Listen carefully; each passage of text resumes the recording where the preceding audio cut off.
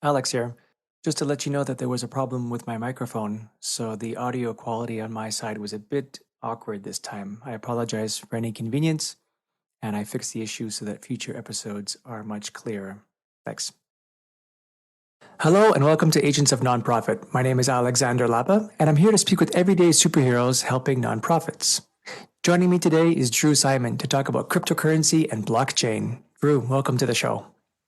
Alex, thank you so much for being here. Thanks for the work you're doing. As someone who's spent their career in the nonprofit sector, I can certainly appreciate the importance of the work you're doing. So it's a pleasure to be here. The pleasure is mine. And before we get started, I wanted to know, what is your superhero origin story? That is to say, how did you get started working with nonprofits and even with cryptocurrency? It's interesting. I don't really have too much of a superhero origin story. I would say so my career started actually in higher education. I have a Master of Education degree. And I guess, universities and colleges are technically nonprofits, although they don't always seem like it. And I worked in a number of different roles within universities and colleges in Ontario and Canada, mostly in student support and engagement roles. Started to get a little kind of disconnected from the work, I guess you could say. And at the same time, throughout my time working in that sector, I'd been volunteering on a number of boards with different charitable organizations. I'd also completed a certificate program in nonprofit management. It was something I was really passionate about. It was always something I knew I would end up in. And then, I decided I was just going to go for it. So I left my job in the nonprofit sector, in the higher ed sector, worked with a couple of different nonprofits. After a few years doing that, I decided that where my kind of passion lied was in helping nonprofits kind of grow their capacity to raise funds, to engage with new technologies, to support their mission, to support delivering their operations more efficiently. So I started my own consultancy where I mostly do fundraising on strategic planning for nonprofits, which I still do today, but not as much as at the beginning.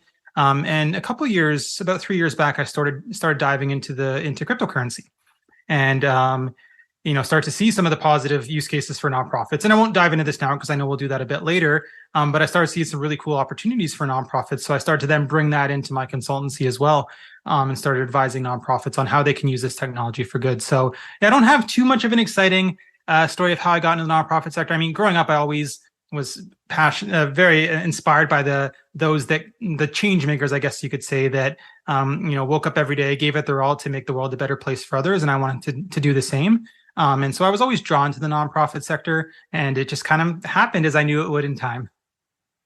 It's been more than 80 episodes now, and I like asking the question of how people get started, and I can't tell you that there's a trend. Everyone has their own little story. There are themes along the way, like they fell into this space accidentally or stumbled across it, or they started from day one. It's just been a family tradition. But there isn't really, aside from those major themes, everyone has their own little journey to how we got here. Among all of them, there tends to be this stickiness that once you get into this space, you don't really want to leave. Exactly. And it's the same with crypto and blockchain, I would say, which I'll dive into a bit later on too. It's funny. So totally agree, though. It's something that's, easy to fall in love with the work and the space. So let's get into it then. In terms of cryptocurrency and blockchain, let's start with maybe a high-level definition of what is cryptocurrency and then what is blockchain, and we'll figure out then next steps after that. Yeah, for sure. So I'll go back to kind of the origins of crypto, I guess, to kind of help explain it. And so the original vision for Bitcoin, which most people would be familiar with when they think of cryptocurrency, often Bitcoin and crypto are viewed synonymously, although there are thousands of cryptocurrencies out there. So Bitcoin was launched in, I believe, 2011 in the wake of the banking crisis of 2008, and was meant to serve as a peer-to-peer digital medium of exchange that doesn't rely on like a central authority, such as a bank or government. So, for example, if I were to send you money, Alex, I'd have to use a service like PayPal, or in Canada, we have Interac e-Transfer, which uses that central authority to send that money. And, at the same time, the money is issued by a central authority, that is the central bank, the government. So cryptocurrencies exists outside of that, the need for that centralized authority. And at its core, crypto is a virtual currency secured by cryptography, and which exists on a decentralized, and I'll explain this when I get into blockchain, peer-to-peer network, which is called a blockchain.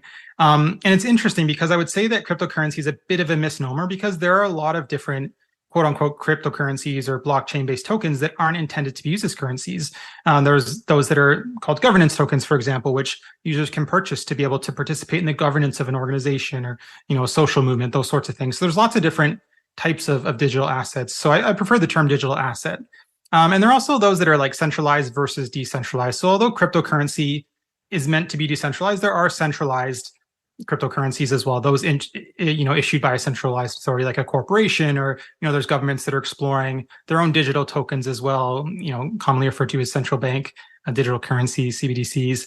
And so, yeah, there's kind of that difference there as well. But really, the true cryptocurrencies are meant to be those that exist on a decentralized blockchain network, meaning no one entity has control over it, and it's governed by the users, the distributed network of computers that is all over the world. So cryptocurrency is the currency, and the blockchain is the technology that allows the cryptocurrency to work. Yeah. And so I can explain that a bit too. And, I will say too that I'm not a tech person, as you know, by my background. I worked in the higher ed sector, nonprofit. But I think the beauty of this too is that you don't have to be a tech person. Just like how me and you on Zoom right now, we don't know the code behind Zoom, which programming language was used to design it. We don't know how our email gets from one person to the other. It just does, right? Because that's the technology. And I think it's the same about, in the world of crypto and Web3. You don't necessarily need to know the intricacies, but, at its core, it's a distributed database or ledger of transactions, I guess you say, like a spreadsheet that is distributed amongst a network of computers all over the world. So these computers could be referred to as nodes, and these nodes are essentially responsible for maintaining and securing the network in lieu of a central authority that would typically do that. So on a blockchain, as a transaction occurs, so let's say I send you a couple Bitcoin or Ether or something like that, they're then recorded on a block of data. And each block is then connected to those before and after, creating a continuous chain of data that shows the exact record of transactions. So essentially a database distributed across the world, which keeps the record of these transactions and where the cryptocurrency lives on. And one of the key features of blockchain as well that makes it special and that really makes it shine is to facilitate the use of currencies and mediums of exchange is this immutability. And so what that means is that data entered, so transaction records, cannot be changed and lives permanently on a transparent digital ledger, which makes it really hard for fraud to take place. It eliminates concerns about the idea of like double spend. So I send you money, but it doesn't properly get recorded, and then I send you the money again, even though I don't have it. It eliminates all that because it's all in an immutable, transparent ledger that can't be altered. So that's kind of it at its core. I mean, I could dive into this for 10, 20 minutes, trying to dig a bit deeper into the different consensus mechanisms and everything behind blockchains that allow it to work. I'd recommend your users, look up some Explain It Like I'm 5 videos. There's some great ones out there that really do a good job of explaining more of the kind of mechanisms behind it. You talk about Zoom. I'm a bit more technical than most people know, actually. So actually, I do know how Zoom works, and the concept is a good one in the sense of we all drive cars, or most of us drive cars. We don't need to know the exact mechanisms of how cars work. We just need to know how to use the car for our purposes, how to get from A to B. But so that's exactly. And the idea here was just to give a starting point for the tech, and just making sure people are familiar with the fact that cryptocurrency is the currency, the blockchain is the technology, and more or less the major pieces that go into each of those. Yeah, absolutely. We don't need to go further than that on the tech side because we'd lose too many audience members. Well, I think it's an important message too for those listening in that, you don't have to be a tech expert to engage in this space, because I think that's one of the common perceptions out there. So, yeah. There's also a common perception when blockchain was introduced and Bitcoin was introduced. For a long time, there was nothing to it. It was pennies. It wasn't worth very much. And then we all know at one point it went to $50,000, crazy amounts, then crashed and up and down. And at this point, there seems to be it seems to have a little bit of a negative stigma associated to it. I don't know if it's because of the volatility or the uncertainty, or that banks are pushing against it because, of course, they don't want to be ousted from this entire system. They like being that middleman collecting those service charge and transaction fees. So it makes sense that from their perspective, they don't want blockchain and Bitcoin or cryptocurrency in general to flourish. But is there another reason? I have a sense that there's another reason why there's a slight negative stigma that's outside of those entities. Yeah, for sure. And I think what you said is definitely true. There are lots of industries that are threatened by this, especially the banking industry. So there's reason for them to be concerned.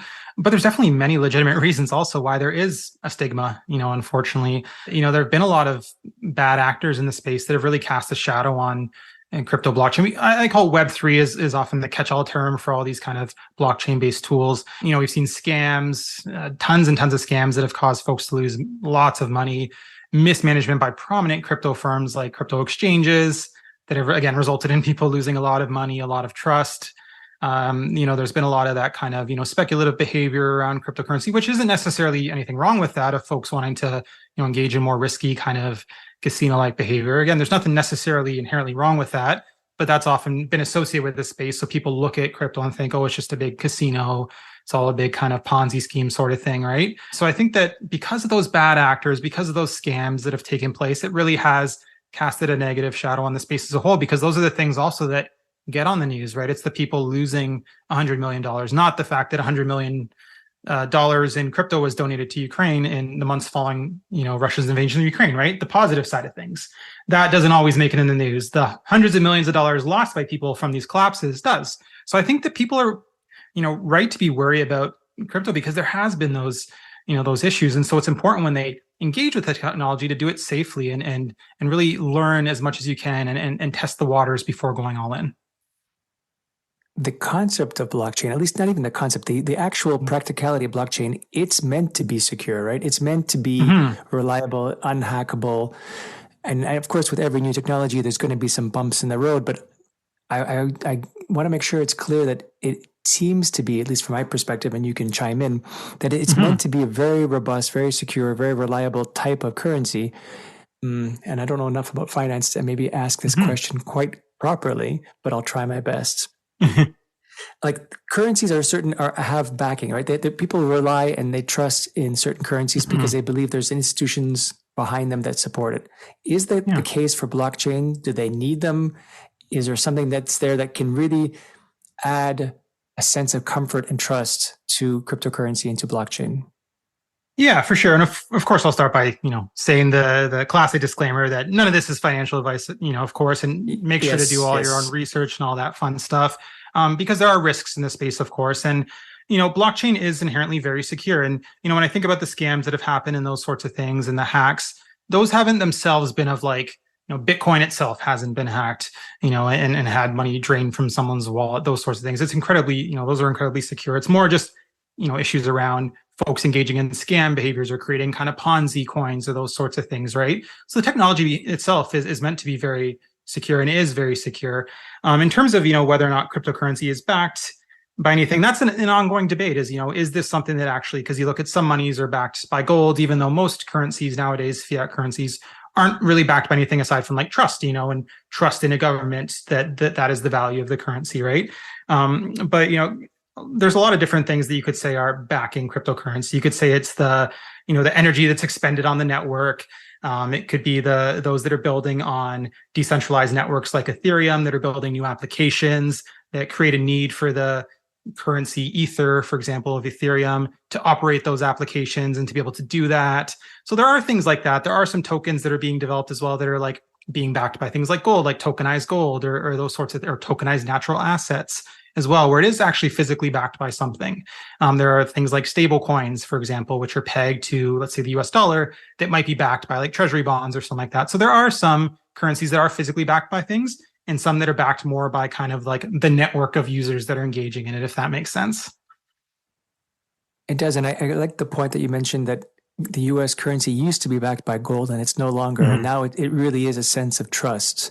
It has a history, so there is trust that can be made. And versus crypto, which is still relatively new and they're still building the trust. And unfortunately, because of some bad actors that get a lot of attention in the media for probably the wrong reasons, until that trust is there, it's still, well, as of today in 2023, is it still, where do you feel that the position lies? Has the trust been, is it increasing? Has it gotten better? Do you think there's a long way to go before it becomes more universally adopted? Or are we already at that moment and then now it's like, come on, guys, this is the thing. This is where we need to be because of X, Y, Z reasons. That's a very interesting question. I find that I'm consistently not the best at making predictions about these sorts of things because I'm finding the market always surprises me. And I think that there is still a lot of issues of distrust. I think one of the silver linings over the last couple of years from some of the prominent collapses of some of these big firms and exchanges and some of the scams and stuff is that we've learned a lot as a space, and I think we've matured a lot as a space, and we've learned that we can't place trust in centralized actors to act positively in a decentralized space, if that makes sense, right? Because almost all of the scams and issues that have happened have been around these kind of centralized institutions that have been working in this space, right? The exchanges, the different platforms for holding your crypto, those sorts of things. So that's what I would say. So like trust in the actual technology itself, I think for those that are really working in the space, maybe understand the technology quite a bit, I think the trust is there. I think for those that maybe on the outside that see a lot of these issues and maybe don't understand that it's been mostly by centralized bad actors,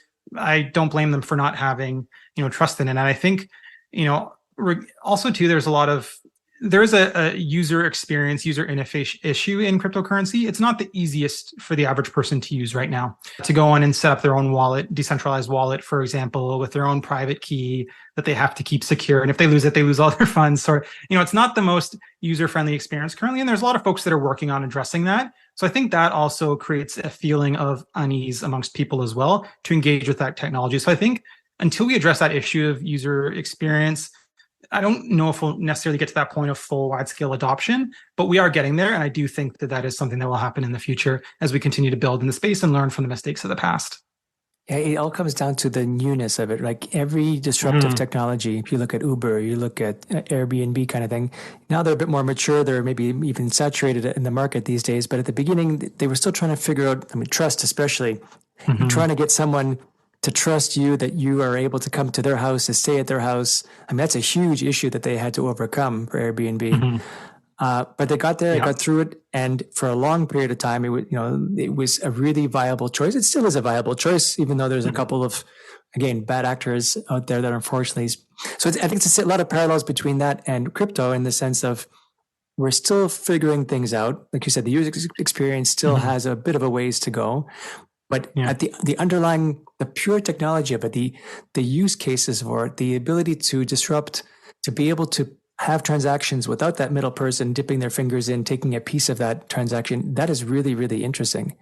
And I'm curious to know, what are the more, I want to switch now to the more positive tone of things. Like if we were to adopt these things, especially from the perspective of a nonprofit, what are some positive things that can be, that can come out of a cryptocurrency for nonprofits? For sure, yeah. And I think, the obvious one is philanthropy, right? There's been a huge growth in crypto philanthropy over the past couple of years. I used the example earlier of Ukraine. Following the Russian invasion of Ukraine back in 2022, we saw just a huge wave of donations going to these different humanitarian organizations working on the ground via cryptocurrency, hundreds of millions, in fact, over 100 million.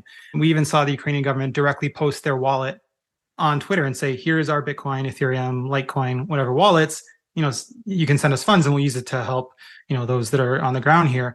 And it's such an interesting, I've never seen a situation where government's made a direct appeal to people. And then by simply just typing in that address, you could send the money instantly at a very low cost without having to, wait a couple of days for it to go through clearing or to, whatever happens when it goes through the banks, right?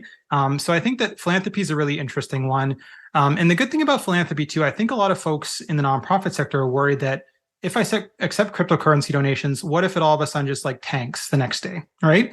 The vast majority of charities instantly convert the cryptocurrency to cash and cash it out. And they do that typically through a giving platform like Endowment, ENDAOMENT, the Giving Block. Those are some of the big name ones out there that enable for the cryptocurrency to instantly be converted to cash upon receipt of that gift so that it doesn't lose its value or anything like that, right?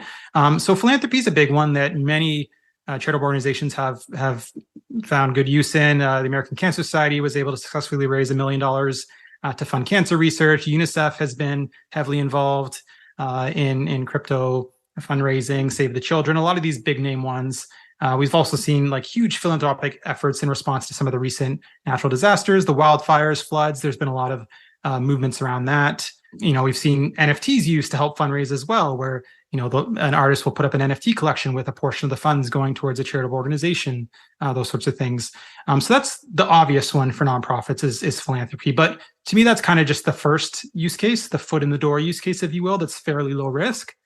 Well, let's pause there for a second because I'm Yeah. really curious about that one. Because if you're taking that Ukraine example, if you're donating Mhm. directly to the government, Mhm.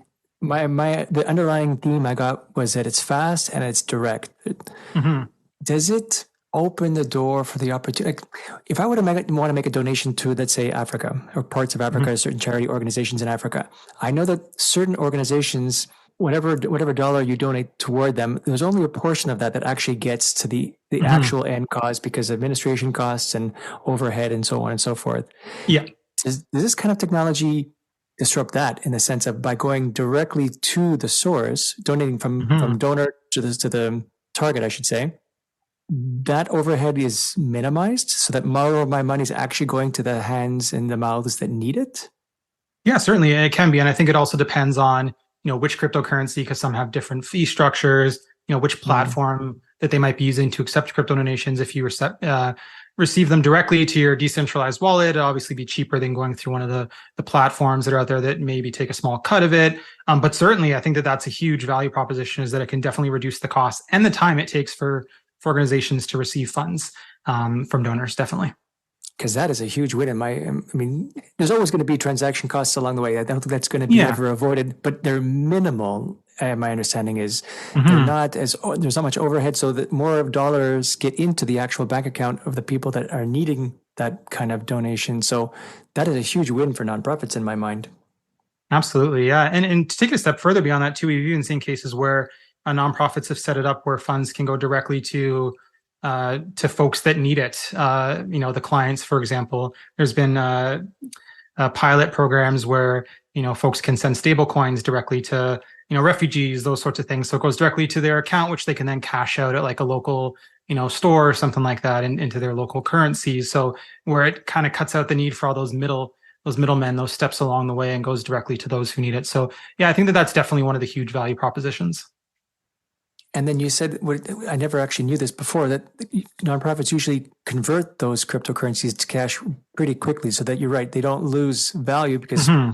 like any other market, the value of the cryptocurrency can increase or decrease. So by cashing out as soon as possible, that gives them a certain sense of confidence, or the donor a certain sense of confidence that it won't be just lost in the waves of the market, that they will actually get the currency or they'll be able to convert it into a currency that works for them fairly quickly so that they Yeah. do have the cash at hand. I'm really happy to hear that. Yeah, absolutely. And I think because that's one of the big barriers for nonprofits, right? They're worried about the volatility. They're like, okay, I don't really want to Mm. engage in it because what if we lose all of our money that we receive in donations, right? Well, the good news is, yeah, the vast majority of nonprofits instantly cash it out to the fiat currency as soon as they receive it. And then you touched upon NFTs. If you could explain just what they are and how they work from the perspective of a nonprofit. Yeah, for sure. So an NFT stands for non-fungible token. What that means is that it's unique. So a fungible token would be like something fungible would be like money, like $5 bill I give you is the same as a $5 bill that you could give me in return. They have the same value, right? They're the same thing. They can be exchanged for one another. Non-fungible token means that that's not the case. It's not fungible. They're unique. They're different. And essentially, what a non-fungible token is a record of something on the blockchain. So it could be like a piece of artwork or something like that. It could even be like representing like a house or something like that, right? There's been examples of people turning houses into NFTs and then dividing up the NFT to different people so they each own a portion of the house, sort of thing, right? But usually when we think of NFTs, we think of like artwork, music, those sorts of things, where there's a record of that NFT stored on chain. So you have that provenance, so you know that this is the only one of this thing that exists, that it's not counterfeit. You can see the path from the artist directly to your wallet, all on the transparent blockchain. And there's been many cases where artists have done charitable NFT projects that have raised sometimes millions of dollars for charities, right? While also being able to tell a really cool story, maybe. So maybe there's an artist that's really passionate about mental health and wellness that puts out a really powerful art collection about some of the challenges associated with mental illness. With let's say 50% of that goes to an organization supporting folks that are suffering from mental illness, right? So we've seen a lot of that as well. Really cool collaboration. And on that note too, like we've seen examples of cases where if you donate, you get an NFT as like a record of that donation, as like a thank you, right? So as opposed to like a thank you letter, you get one of these NFTs that is on chain, that maybe has some sort of really cool artwork associated with it, or something like that too. So yeah, NFTs is a really interesting one. And I think a lot of people think of NFTs and think it's just a picture, like what's the value there? What's the utility, right? But really, they can be a really cool tool to engage donors in a different way, and to engage with a new donor demographic as well. I've heard NFTs described as a digital deed. So just like you have a deed of a Yeah, house, yeah, deed of a totally. house, it's unique. It means you have possession of something. And what that something is can be virtual or it could be in the real world, right? It doesn't have to Hmm. be just in one or the other. So that deed that allows you, depending on who issued that NFT, you can do something with that. It allows you, entitles you to certain permissions or access or Yeah. authority or property. Yeah, yeah, it can for sure. There's some that can be like get an NFT, it gives you admission to some sort of donor event or something like that, right? Or it gives you the ability to take part in a special community of donors who have all donated to that cause that you have to have an NFT to be able to participate in, right? So Mm-hmm. these are all things. It's called like token gating is the idea of it, right? Like is what it's often referred to. So yeah, definitely. And then how NFTs differ from cryptocurrency. I mean, they're both using the same blockchain technology to operate, but one Hmm. actually has a currency value. One NFT might have a currency value because you can buy and sell it. But the idea is that it Hmm. represents not currency directly, but more of a deed, an ownership of something. Yeah, exactly. It's a record of ownership of something that's on an immutable blockchain that shows without a doubt that that is the you are the owner of this unique item, and you can see the provenance of that from the beginning. Okay, so that's everything to do with fundraising. What are the next Mhm. benefits or reason why a nonprofit we should explore the idea of cryptocurrency? Yeah, for sure. So a very interesting use case is around like how you can use Web3 technology to organize communities. So blockchain, the technology can be used for more than just currency, right? It can be used for many different things. And one of the ways that it can be used that's been very exciting over the last couple of years is this idea of decentralized autonomous organizations, referred to as DAOs as the kind of acronym for that. The way I like to explain it to folks that maybe aren't as familiar with it is that if you think of co-ops, which have been around for centuries, co-ops are like essentially a organization that is governed by its members, who each have like a vote, who can shape kind of the decisions of that organization. It could be like a co-op grocery store, or a co-op credit union, or something like that, or some of the more common ones. Um, DAOs are very interesting because it's like a co-op that is you know typically secured by what's called a smart contract, which is essentially a contract that is on the blockchain that is a set of rules that automatically executes when certain conditions are met. And so essentially what can happen is you can create these decentralized organizations that individuals can maybe join by either doing some sort of task like volunteering for an organization or purchasing a certain token or donating to the organization so they gain access to that DAO. And in doing so, they can participate in the governance of that organization. They can vote on matters. They can have a say in how funds are used, those sorts of things. So that's a very interesting one that I think we'll see more of in the future of using this technology to kind of change how we organize communities. So that's another one that's really grown in the last couple of years that has been absolutely fascinating. We've seen all sorts of different DAOs emerge, ones that are dedicated to funding scientific research, for example. So individuals will donate to the DAO, and then all the members will vote on which scientific projects they fund, maybe research into cancer or longevity. We've seen ones where DAOs are organized around like things like tree planting efforts or those sorts of things. Like there's some very unique use cases around DAOs that can really reshape how communities organize around social change movements. And at the same time, I think also opening up a lot of transparency in the nonprofit sector too is, you could see things like voting, which is all on chain. So all the votes that take place are stored on the blockchain that you can see where there's that transparency. You can see exactly how much funds are held in their treasury, for example, all the donations that are coming in. So it just brings a new level of transparency as well to the space that I think is needed. And this is something they would share, like a nonprofit would share with the public, with their donors, with their Yeah, major it could be employees. either. Yeah. How? Yeah, Mhm. I didn't know that's a use case I had no familiarity with actually. Yeah, yeah, it's very interesting. It's still in its early stages, but yeah, I think it's something we'll see a lot more of. And it is still something that I think, like, again, suffers from that user interface, user experience issue that, in time, I think will get resolved. Okay, is there a third or another? Oh, there's tons that I could. Yeah, I mean, we've seen all examples of nonprofits use blockchain to transparently record their impact and their activities. For example, there's nonprofits that have used blockchain to track the removal of plastic from the ocean, where every step of the process, from getting that plastic from the ocean to sorting it, to delivering it to the recycling center, to getting the finances for that, the payment for that, is all stored on a blockchain that's immutable, so you can see step by step exactly what has happened, the impact. We've seen different organizations that are creating new like monitoring and evaluation tools that use blockchain, so you can secure your impact on the chain and see and provide that to donors to say, here's our immutable record of the impact that we've had. So maybe let's say you plant a tree and then somebody takes a picture of that tree, or it's mapped using geolocation data that is then put on a blockchain and saved on there, so you can see that this tree was planted here at this time as a result of this donation. So there's new ways that it can create more transparent experiences for nonprofits as well, which can help restore trust, I think, amongst donors, especially younger generations that have, they very much value transparency and openness because they've grown up in the internet era, right? So that's another one. I mean, there's so many different ones that, so many different use cases that we could, make this a 5-part podcast series, but those are a couple of the ones that really stick out to me initially. So this recycling, what would be the benefit of publishing the process of recycling or planting trees on the blockchain versus just posting on your website with pictures? Like, there must be some other benefits that come with the blockchain that is not just announcing it on your website or your social media. Yeah, I think that one of the big selling features, again, comes back to the immutability, right? Is that once something is, on the blockchain, it can't be, altered or removed. So it, cuts down the issue of fraud. By assigning a unique kind of identifier to each action, you can make sure there's not like a duplication of, of impact or of actions. You can't say that, oh, this tree was planted, the same tree, this one tree we've said was actually 5 trees, when it's really just one tree, because it has that unique identifier that's stored on chain that you can then use to verify that action happened. So those are some of the reasons that why folks would use blockchain to monitor their impact, because it can really just make a more transparent, secure, trustworthy, a lot harder to engage in fraudulent action when you're using a blockchain.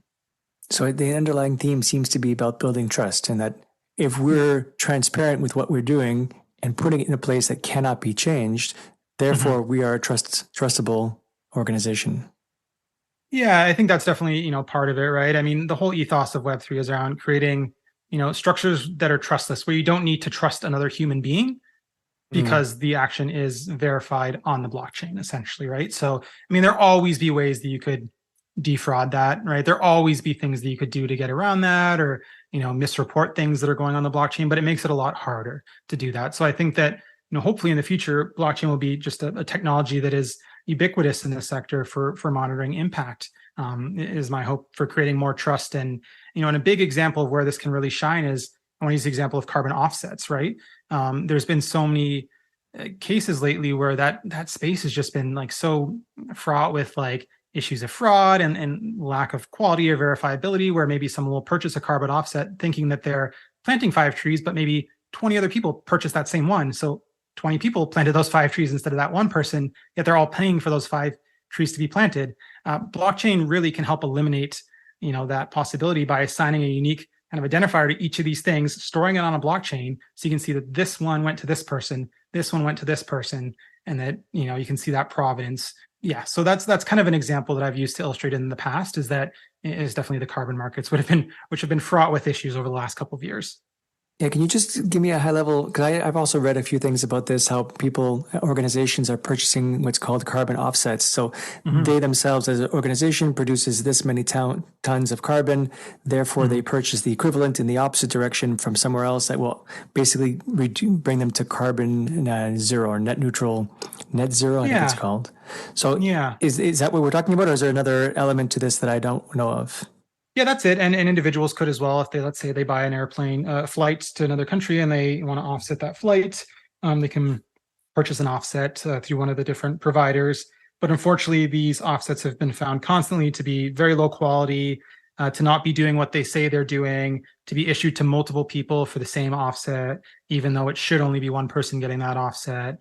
So it's not actually having that impact of reducing those emissions to a net zero. So that's one area where blockchain, there's a lot of different projects that are looking at storing carbon credits on chain, carbon offsets on chain, so that, it has that provenance, it has that immutability, so that that if you're purchasing a carbon offset, you can see exactly what that offset is. And you can make sure that you're the only one that purchased that and not others as well.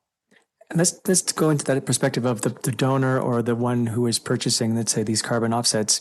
Would I, as a donor, should I feel more at ease or more, I'm not sure exactly what the right emotion is, knowing that the nonprofit I'm donating to uses blockchain or cryptocurrency?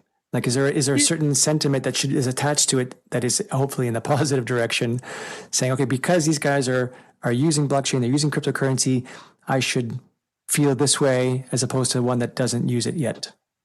It's interesting because I think that a lot of nonprofits worry the exact opposite will happen, right? That by engaging in the space, crypto blockchain, that it will alienate the traditional donors, that it will pose a reputational risk. And then a lot of that comes down to the stigmas around, cryptocurrency and Web3 for sure. And most nonprofits, the average donor, I think in the States is like 65, I think. Those are the bread and butter of these nonprofits, those monthly donors. They're really worried about alienating those donors if they engage in this space. So and it's funny because it kind of almost is the exact opposite, but really, yeah. I mean, I think among the younger generations, especially those that are really engaged in these next generation technologies and that are engaged in cryptocurrency, see that if a nonprofit is really looking to, use blockchain and cryptocurrency to be more transparent in their actions and their finances, that yeah, that there's a reason that they can hopefully be trusted more, right? Because that's the whole ethos of Web3 is trust and transparency. It's a good point about the older generation and how they're getting older and maybe donating less. Well, we know that they're donating less. And would you see as cryptocurrency and blockchain as a viable way to start introducing more interest in the younger generation, getting them to donate? Yeah, I think definitely it's a way to engage with a new donor demographic. I think a lot of the folks that are in the crypto space maybe aren't those traditional donors to nonprofit organizations. There's been some studies done on the generosity of donors in the crypto space. One study found that 50% of folks that held over $1,000 in crypto, I think it was, donated to a nonprofit organization with crypto, as opposed to, I think, 33% of folks that held like stocks, for example, or a different investment vehicle. We've seen examples that the average crypto donation is much, much higher than, a typical donation in fiat. We've seen, I think the Giving Block, one of the prominent platforms, found that during one of their giving seasons, the average donation was upwards of $15,000, I think, compared to a typical donation of like $100.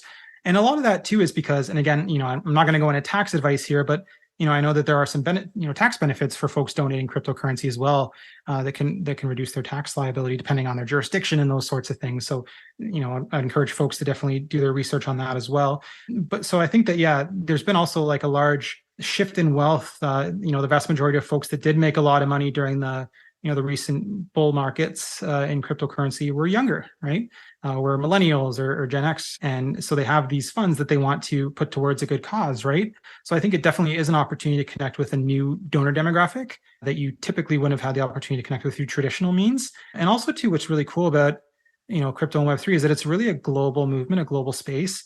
And so it's an opportunity to connect with a global audience as well, not just a local audience. And, that's been the power we've seen in a lot of these like things like the natural disasters that have happened recently, is that really a global community of givers supporting local efforts to combat these natural disasters, for example. And maybe typically these organizations would struggle to appeal to a global audience like that. So I think that that's another benefit as well, is that yes, it can help connect you with a younger generation of donors that very much value transparency, innovation, at the same time connecting you with a global donor base as well. I love the idea of being able to transfer money to anyone in the world, knowing that 99 whatever point something percent of it actually gets to the recipient as I sent it. There's something very satisfying about that. It's very unifying, very pure and simple, as opposed to the traditional method where who knows how much actually gets there with all the conversion fees and translation fees and payment fees and booking fees and who knows what other fees there are along the way. So that sense of, A to B anywhere in the world, direct from donor to donee, that definitely sounds awesome. Yeah, for sure. Definitely. Yeah. It's one of the big value propositions for sure for nonprofits. So how would a nonprofit get started? You mentioned there's concerns about the user experience and wallets and so forth, which we didn't have time to cover really. But like, how would a nonprofit start exploring this space? Like, everything they've heard so far sounds great. They've are interested in pursuing further research, get learning more about it, where would be some good places to go, either your own sites or anywhere else that you recommend, to start moving in that space to get better understanding of how cryptocurrency works and how they can make it work for the nonprofit? Yeah, so I'd say take it slow at the beginning. Just definitely education, education, education. Doing as much research as you can, which I know can be challenging for nonprofits that maybe don't have that capacity to expend a lot of their human resources on looking into this this technology. But there's so many great resources out there. Even through some of the crypto giving platforms like Endowment and the Giving Block, they have a lot of their own resources as well. You can head to our website, cryptoaltruism.org. We're dedicated exclusively to showing the positive social impact use cases of Web3.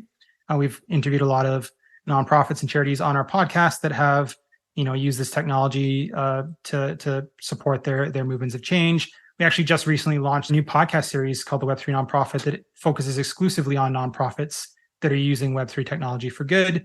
So that's a good one. And we're also actually in the process of releasing a Web3 Changemaker Toolkit. What we're calling it is, it's essentially a toolkit for nonprofits that are interested in using blockchain technology, regardless of their knowledge or comfort level with the technology, to get them to a place where they know what the use cases are, how it can benefit them, and what the next steps are. But I think what I would say to nonprofits is, if you're looking for a low risk way to engage in Web3, is to definitely reach out to one of those giving platforms to get set up to start accepting cryptocurrency donations. And then I don't want you to think that as soon as you get set up, you're going to just start seeing the money flow in. You do have to definitely engage in outreach and have a specific strategy around that to raise funds as well. But that's a pretty low risk, easy way to start engaging with the technology. And then once you do that, you can start exploring some of the other ways that you can use it as well.